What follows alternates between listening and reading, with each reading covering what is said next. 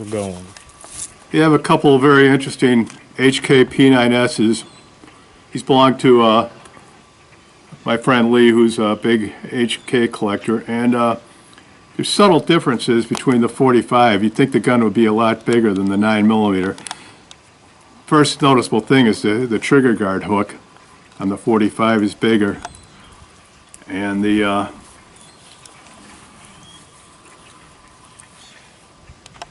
top of the slides look virtually identical. A 45 might be slightly bigger.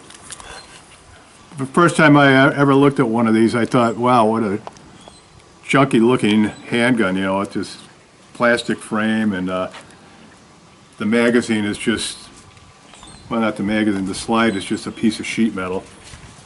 But then when Lee let me shoot his 9mm, I was really impressed. One of the biggest complaints was the operating system, which a lot of Americans didn't like. It's a loaded chamber indicator, but the gun is clear. It's cocked now.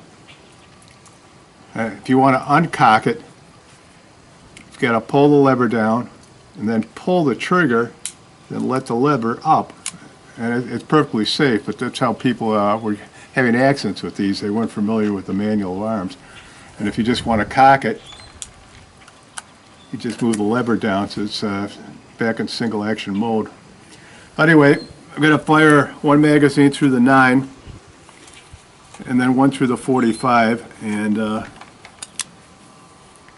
see if we could tell any difference. I'm sure the 45 will have a slightly more recoil. Probably work better with the 9mm magazine.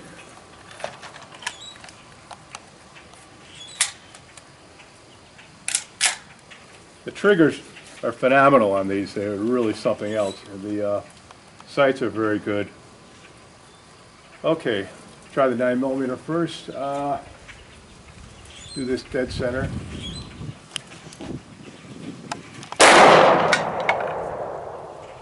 And like in my previous tape, I should probably quit now.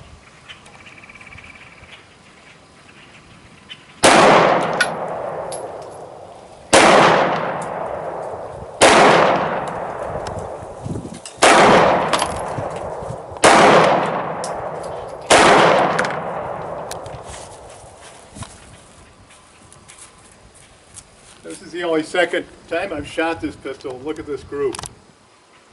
It's mainly because of the really fantastic trigger and the sights.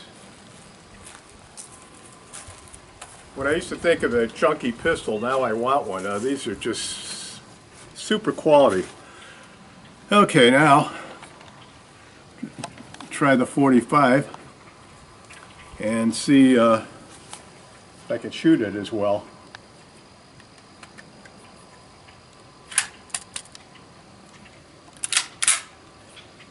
I'll try this one at the head.